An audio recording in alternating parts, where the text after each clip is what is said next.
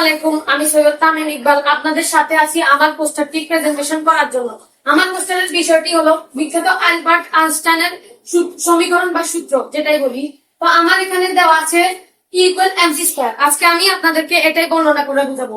এখানে ই হচ্ছে শক্তির প্রতিনিধিত্ব করে, আর এম হচ্ছে ভরের প্রতিনিধিত্ব করে, সি হচ্ছে আলোর গতিকে প্রতিনিধিত্ব করে, যা একটি ভ্যাকুয়াম হিসেবে ধ্রুবক এবং এর মান প্রতি সেকেন্ডে 29,97,97,92,758 মিটার প্রতি সেকেন্ডে। এই সমীকরণটি বলে যে শক্তি এবং বল বিনিময়যোগ্য এবং একে অপরে রূপান্তরিত হয়, অর্থাৎ এটি আইনস্টাইন এই সূত্রের মাধ্যমে বোঝাতে চেয়েছিলেন।